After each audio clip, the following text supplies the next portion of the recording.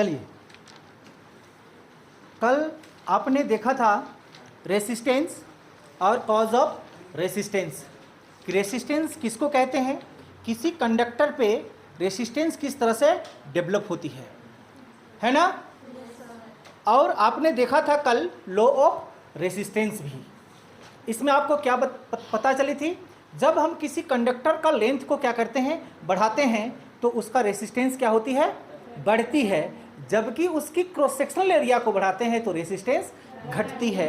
ये क्या कहलाता है? आपका लॉ ऑफ रेसिस्टेंस कहलाता है। इसको रेसिस्टेंस ऑफ कंडक्टर के नाम से भी जाना जाता है। क्लियर? उसी के अगला टॉपिक आज हम लोग बात करेंगे, जिसका नाम है आपका रेसिस्टिविटी या स्पेसिफिक रेसिस्टेंस। दोनों एक ही चीज को कहा जाता है, रेसिस्टिविटी या रेसिस्टेंस। ठीक, सिंपल भाषा में अगर हम रेसिस्टिविटी को समझना चाहें तो हमारे पास में बहुत टाइप का मटेरियल है कंडक्टर का, नहीं है? तो हर एक कंडक्टर का रेसिस्टिविटी क्या होता है? अलग अलग होता है। समझ में आया? क्या मतलब इसका? इसका ये मतलब हुआ कि जब आप सेम करंट डिफरेंट मटेरियल पे सप्लाई करेंगे तो आपको जो आउटपुट मिलने वाली है वो क्या मिलेगा? डिफरेंट मिलेगा। क्या आपका आयरन से करंट पास नहीं होती है? होती है, लेकिन उसको हम यूजेस में नहीं लाते हैं। क्यों नहीं लाते हैं? क्योंकि एल्युमिनियम या कॉपर की अपेक्षा में आयरन का रेसिस्टिविटी क्या होता है? ज़्यादा होता है। समझ में आया? जैसे आप ही लोग में से मान के चलिए कि हम बोले कि सबको 50 केजी उठाना है, या सबका में अपना अपना क्या है? कैपेसिटी है। कोई 50 केजी उठा सकता है, कोई 60 केजी, कोई 70 केजी उठा सकता है, तो वो उसका क्या कहलाएगा? कैपेसिटेंस कहलाएगा। इसी तरह से हर एक मटेरियल का अपने में क्या होता है? एक रेसिस्टिविटी पावर होता है, रेसिस्टेंस पावर होता है करंट को ऑब्स्ट्रैक्ट करने का। वही उसका क्या कहलाता है? रेसिस्टिविटी कहलाता है। समझ में आया? यही बातें यहाँ पे लिख दिया गया, आप ध्यान से देखिएगा। It is defined as the resistance offered by the substance. पदार्थ में क्या होता है? क्या ऑफर होता है आपका? रेसिस्टेंस ऑफर्ड होता है ऑफ दैट्स मटेरियल। जो हम मटेरियल लेंगे उस मटेरियल का बात करेंगे। That's material having unit length and unit area of cross section A, जिसे उसका लंबाई और उसका क्रॉस सेक्शनल एरिया ए। ठीक, आगे ध्यान से देखिएगा। आपने कल निकाले हैं R equal to rho into L by A है। अगर यहां से ये रो को हम बाहर कर दें तो क्या मिलने वाला है आपको? जल्दी, R A by L. R तो आपका यहां पे कांस्टेंट बन जाएगा, रेसिस्टेंस है। ए आपका क्या है? Cross sectional area. और ये क्या है? आपका लेंथ। यही चीज यहां पे लिखा हुआ है, substance of the that material having unit length and unit area of cross section A. ठीक, और इसी को हम लोग क्या कहते हैं? रेसिस्टिविटी या स्पेसिफिक रेसिस्टेंस कहा जाता है। अगर हम बात करें यहां पे, ध्यान से समझिएगा, अगर हम बात कर लें ये L आपका क्या हो जाए? 1 मीटर हो जाए। L क्या हो जाए? 1 मीटर हो जाए। और A 1 मीटर स्क्वायर हो जाए। क्या बात समझ में आया? जो हम कंडक्टर लेंगे उसकी लंबाई कितना? 1 मीटर, और उसका एरिया कितना? 1 मीटर स्क्वायर। तब आपको इसका जो रेसिस्टिविटी मिलने वाला है, रो मिलने वाला है, वो कितना मिलेगा? बताइए। R इंटू 1/1, यानी कि रो इक्वल टू R। यानी कि जो आपका रेसिस्टेंस होता है उसी को हम लोग क्या कहते हैं? उसका रेसिस्टिविटी कहते हैं।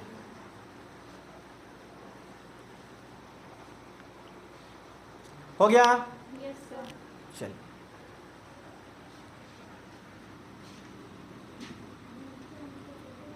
SI यूनिट ऑफ रो यानी कि रेसिस्टिविटी। ध्यान से समझिए इसको, इसका SI यूनिट आपने क्या निकाले, rho is equal to R into L by A by L ना, ए बाई एल ये निकाले हैं। और rho is equal to R क्या है आपका, रेसिस्टेंस। रेसिस्टेंस का यूनिट क्या होता है, ओम। इंटू ए क्या है आपका, area. Area is equal to length into breath होता है क्या, लेंथ इंटू ब्रेथ। अगर हम यहाँ पे सवाल उठती है कि वायर की हम बात कर रहे हैं, तो वायर में ये क्रॉस सेक्शनल एरिया है कि नहीं है, इसी को तो हम ए मान रहे हैं, तो इसमें हमारा लंबाई और चौड़ाई कहाँ से है। तो आप इसको इस तरह से भी समझ सकते हैं, ये सर्कल तो है कि नहीं है, ये वाला भाग आपका सर्कल है कि नहीं है, तो इसका एरिया को क्या आप पाई आर स्क्वायर लिख सकते हैं। पाई आपका डायमेंशन लेस है, लेकिन आर का स्क्वायर तो है। नहीं समझ में आया। तो एक जगह में आप क्या लिख सकते हैं, लेंथ इंटू ब्रेथ यानी कि या आर स्क्वायर तो मीटर स्क्वायर, समझ में आया। बाई नीचे लेंथ यानी कि मीटर, यहां से ये कैंसिल होगा, तो रेसिस्टिविटी का क्या यूनिट सामने आता है, ओम मीटर। समझ में आया, ओम मीटर।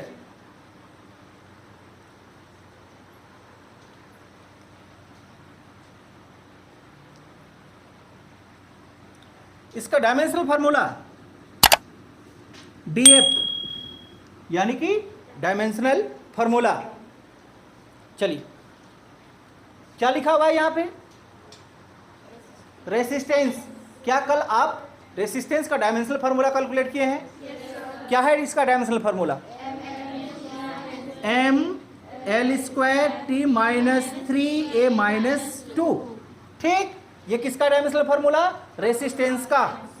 फिर आपके पास में एरिया है, मतलब एल स्क्वायर बाई लेंथ है यानी कि एल बनेगा। बोलो, एल से एक एल कैंसिल होगा यहां से एक एल कैंसिल, तो बताइए क्या मिला, एम एल क्यूब, यहाँ पे एक एल है और यहाँ पे 2l, कितना हो गया 3l, फिर t माइनस 3a-2। ये आपका रेसिस्टिविटी का डायमेंशनल फार्मूला। ये फार्मूला आप याद रखेंगे।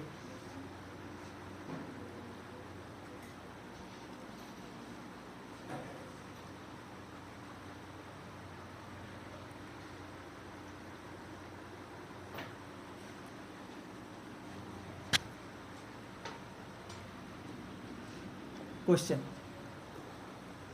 A conductor of length, question समझ में आया, समझाते हैं क्वेश्चन, लिख ली क्वेश्चन। क्वेश्चन क्या बोला कि हमारे पास में कंडक्टर है, ठीक, उस कंडक्टर की लंबाई कितना है, एल है, क्रॉस सेक्शनल एरिया कितना है, ए है, और उसका रेसिस्टेंस कितना है, आर है। हमको एक नया रेसिस्टेंस कैलकुलेट करना है। अगर हम उस तार को पहले जितना लंबाई था उसका 3 गुना खींच दे तो उसका रेसिस्टेंस क्या होगा। क्या मेरा बात समझ में आया, नहीं समझ पाया, आया तो बनाओ, आया तो ये रेसिस्टेंस है जिसकी लंबाई कितना दिया गया है, एल, फिर ये क्रॉस सेक्शनल एरिया ए और इसका रेसिस्टेंस क्या दिया हुआ है, आर। ठीक, अब ये रेसिस्टेंस को हम क्या करेंगे, स्ट्रेच का मतलब खींचेंगे। कितना खींचेंगे, थ्राइस, 3 गुना। थ्राइस का मतलब 3 गुना खींचेंगे तो ये लंबा हो जाएगा, इस तरह से होगा लंबा। तो इसका रेसिस्टेंस कितना है ये पूछा है। क्वेश्चन समझ में आया, बोलो, आया तो बनाओ और बताओ उसका रेसिस्टेंस कितना है। क्वेश्चन को ध्यान से समझेगी। इसका लंबाई कितना, एल, इसको हम कितना गुना खींचे, 3 गुना। थ्राइस का मतलब 3 गुना, तो इसका लंबाई कितना हुआ, 3l। अगर इसका लंबाई 3L हुआ तो इसका एरिया कितना हो गया? A/3। जितना एरिया उसमें 3 घट ही जाएगा ना, नहीं घटेगा। इसका रेसिस्टेंस को आप R माने हैं तो इसका रेसिस्टेंस को आप R' मान लीजिए, इक्वल टू क्वेश्चन मार्क। चलिए क्या बनेगा?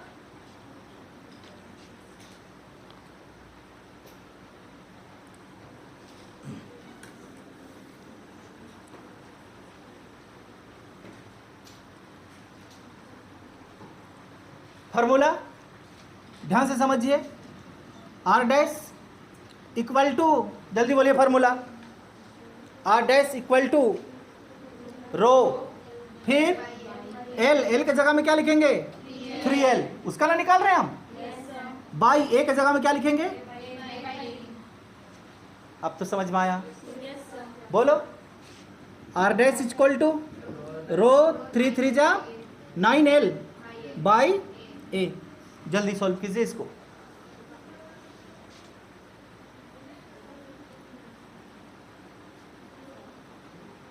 हो गया सॉल्व? आगे सॉल्व नहीं होगा? होगा, करके दिखाते। R इक्वल टू क्या जानते हैं? जल्दी बोलिए। R equal to rho into L by A। क्या जानते हैं आप? रो है, L है, फिर क्या है? A। तो R' इक्वल टू 9R होगा क्या?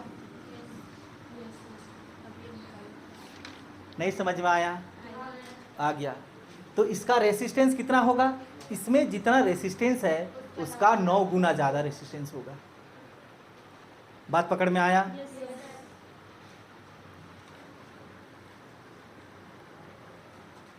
डाउट है? रेसिस्टेंस और रेसिस्टिविटी समझ में आ गया होगा। तो जस्ट इसका अपोजिट टॉपिक हमारा आता है कंडक्टेंस एंड कंडक्टिविटी। जैसे कि रेसिस्टेंस एंड रेसिस्टिविटी था, उसी तरह से कंडक्टेंस एंड कंडक्टिविटी। ठीक, तो टॉपिक डालेंगे conductance and conductivity. Conductance and conductivity.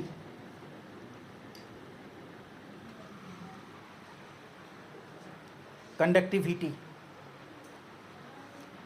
Topic को सेपरेट कर देते हैं। कंडक्टेंस,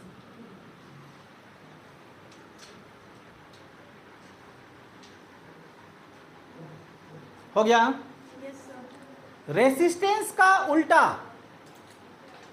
रेसिस्टेंस का उल्टा क्या कहलाती है? कंडक्टेंस कहलाती है। तो क्या लिखेंगे? Conductance of a substance, conductance of a substance is, क्या होता है? इक्वल होता है लेकिन उल्टा। Is equal to the inverse of resistance. Resistance का उल्टा क्या कहलाती है? कंडक्टेंस कहलाती है। फिजिक्स की भाषा में कंडक्टेंस को कैपिटल G से रिप्रेजेंट किया जाता है।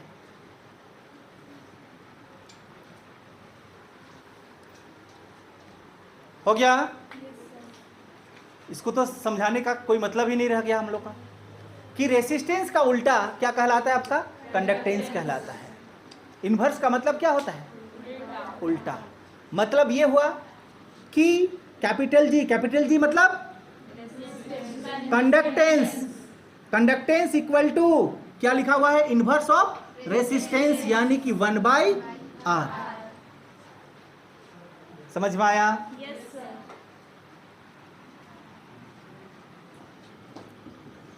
इसका ऐसा यूनिट जल्दी, किसका? कंडक्टेंस का। रेसिस्टेंस का ऐसा यूनिट क्या? ओम, तो कंडक्टेंस का ऐसा यूनिट क्या?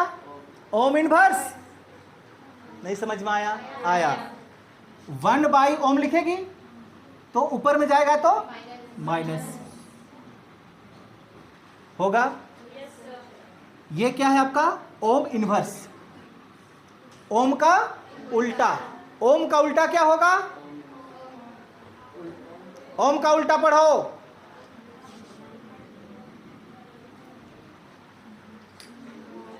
पढ़ो। महो नहीं है। ओम्स ऐसे तो लिखती है, कैसे लिखती है? ऐसे लिखती है। तो ओम्स का उल्टा क्या हो गया? महो। मतलब इसका ऐसा यूनिट क्या होता है? महो भी होता है। समझ में आया? इसका और एक यूनिट होता है जिसको सीमेंस कहते हैं। क्या कहते हैं? सीमेंस। कैपिटल एस से रिप्रेजेंट किया जाता है।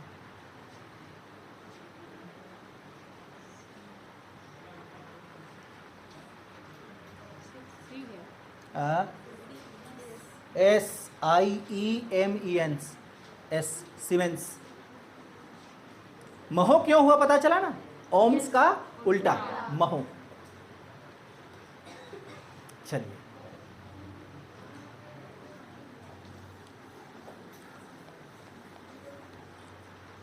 क्या आप इसका डायमेंशनल फार्मूला कैलकुलेट कर पाएंगे? Dimensional formula of G conductance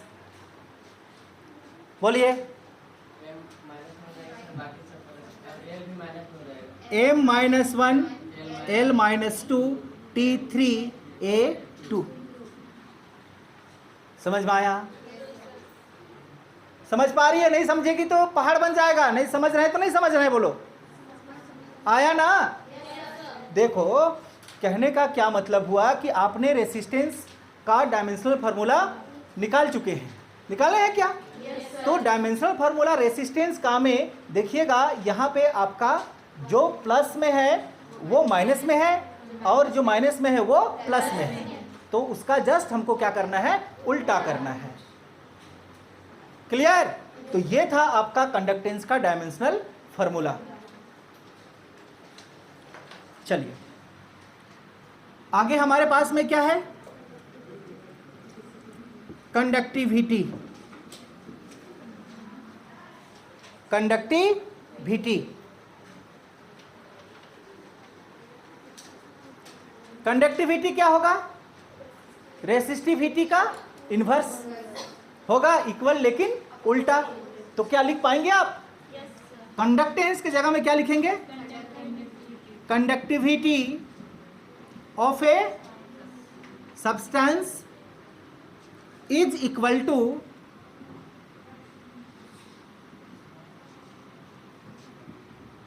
the inverse of resistivity. हो गया? इसको सिग्मा से रिप्रेजेंट किया जाता है। किससे रिप्रेजेंट करते हैं? सिग्मा। सिग्मा का मतलब यहां पे क्या हुआ? कंडक्टिविटी। रेसिस्टिविटी को रो से हम रिप्रेजेंट किए हैं, तो रो का उल्टा क्या कहलाता है आपका? कंडक्टिविटी कहलाता है। ठीक?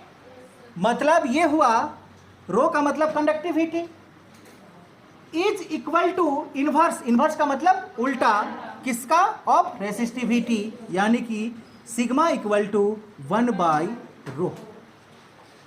समझ में आया? Yes sir.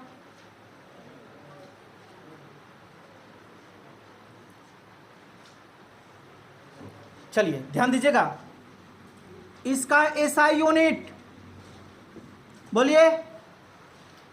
इसका एसआई यूनिट क्या था? रेसिस्टिविटी का ओम मीटर। तो इसका यूनिट क्या हो जाएगा? महो पर मीटर, यानी कि ओम इनवर्स मीटर इनवर्स, पर ओम पर मीटर। समझ में आया? आपने इसका क्या लिखे हैं? यूनिट ओम लिखे हैं। मीटर। नीचे जब यही चीज ऊपर चला जाएगा तो यहाँ पे क्या लग जाएगा, -1, यहाँ पर भी -1। इन्वर्स, ये ओम इन्वर्स को आप क्या लिखे हैं, महो लिखे हैं, और ये पर मीटर। ठीक। दूसरा अगर लिखना चाहें तो महो को आप क्या लिख चुके हैं, सीमेंस, और ये पर मीटर। समझ में आया?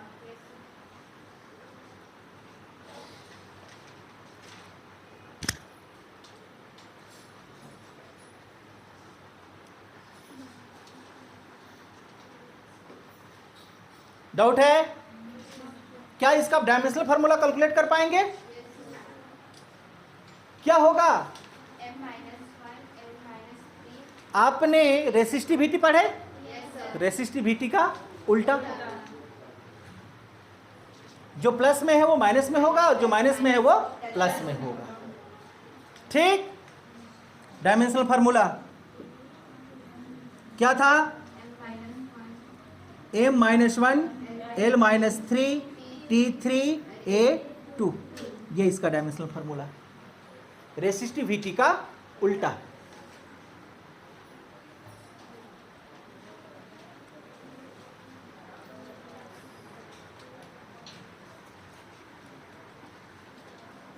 क्लियर? यहां का जितना भी आपका ऐसा यूनिट है और डायमेंशनल फार्मूला है, ये आप याद रखेंगे।